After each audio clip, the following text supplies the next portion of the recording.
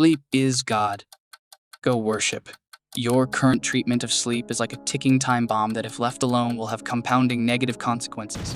Whether you are going to live as long as you possibly can, whether you can think clearly, whether you are sick or not, even your looks and skin health. All these things are heavily influenced by your sleep. In this comprehensive guide, you will learn about all the tools you will ever need to optimize your sleep to the point of mastery.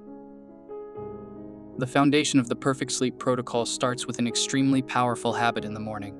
It is absolutely crucial that you get natural light in your eyes within 1 hour after waking up.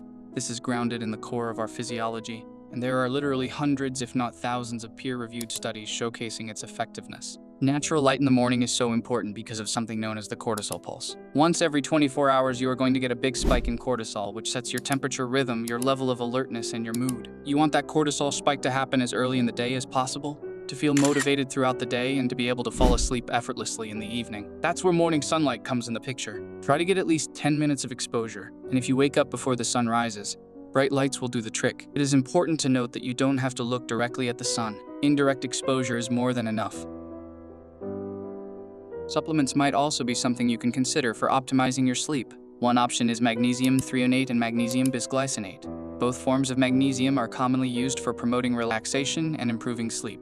This is because magnesium plays a crucial role in the body's regulation of the sleep-wake cycle and helps to activate the parasympathetic nervous system, which promotes relaxation. Moreover, apigenin could also prove to be useful, as it binds to specific receptors in the brain that may induce sleepiness and reduce anxiety. The flavonoid is naturally found in chamomile tea, so you could add drinking chamomile tea 30 to 60 minutes before sleep to your evening routine. Lastly, glycine is an amino acid that acts as an inhibitory neurotransmitter in the brain and may improve sleep quality by lowering the core body temperature.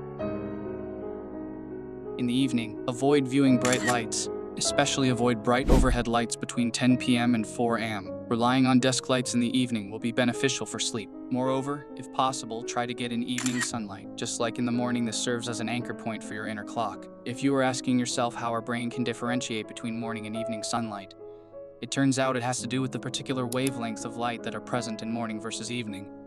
While we are talking about lights, you should keep your room as dark as possible.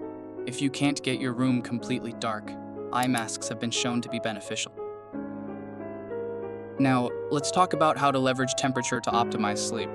To start falling asleep, your body needs to cool off. So one would assume that a cold shower before going to bed is the correct course of action.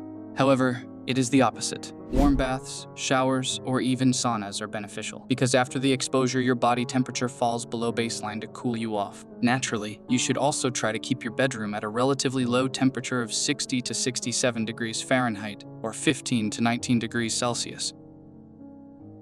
Your sleeping position is another thing that can be optimized because of something known as the glymphatic washout. Elevating your feet, either with a pillow or by elevating the end of your bed, by about 3 to 5 degrees can increase the depth of your sleep. However, if you have acid reflux, you should refrain from this practice. Now let's talk about your breathing during sleep. If you are not a nose breather yet, there are multiple things you can do to change that. For one, when you go to bed, you could put medical tape on your mouth. If it's a challenge for you to breathe solely through your nose, you can train this ability by doing low-intensity cardiovascular exercise, only breathing through your nose. This will get progressively easier over time and result in improved sleep quality.